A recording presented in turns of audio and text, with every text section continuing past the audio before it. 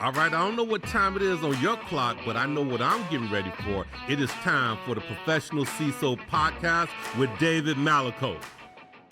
All right, gang, exclusive episode today. We have an interview with Joe Sullivan. He's the former chief security officer of Uber. When did you first connect with technology? I always thought I wanted to be a lawyer. I worked for the U.S. Department of Justice. In 1997, while I was working as a federal prosecutor, I was the only prosecutor who had a computer on their desk.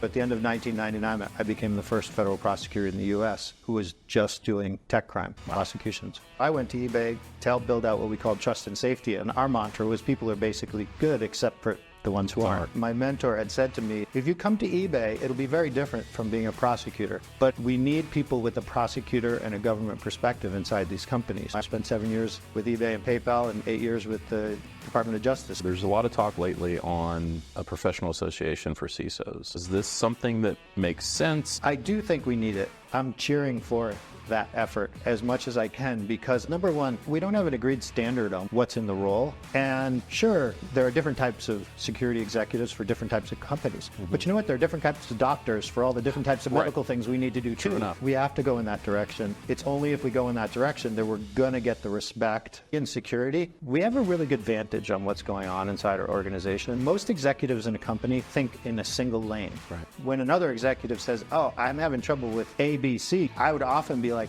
there's already a team that's been thinking about A over here. Right. There's a different team over here that gave up on B. If we got all together, we could probably figure that out. In 2017, I got fired from Uber, and the company labeled what had happened in 2016 that we had viewed as a security incident, they viewed as a cover-up. I got indicted and went to trial. Having the United States government come after you as an individual without a corporation standing behind me is a really, really lonely place. Yeah. My dad texted me and said, that's not a jury of your peers. My lawyers were trying to explain the intricacies of cybersecurity and the challenges of doing it inside of an enterprise. That's a failure of all of us as a profession. It's because we've stayed too introverted. We love to get together as security people and talk about all our problems together. If we want the world to be a better place, we need the public and the private sector to work well on cybersecurity. We can't punt it all over to the government because all the data, all the insights, all the ability to keep people safe is in private data centers. Practitioners, managers, directors wanting to be CISOs. What is your message to them? Blow up the glass ceiling that we have in this profession. Become that real executive. We need people who don't see that ceiling. What area of your work do you find most interesting? I like writing. I don't get enough time to do it. I enjoy going out and having conversations like this and then processing. I always afterwards, I start writing it down. We're professionalizing the CISO role,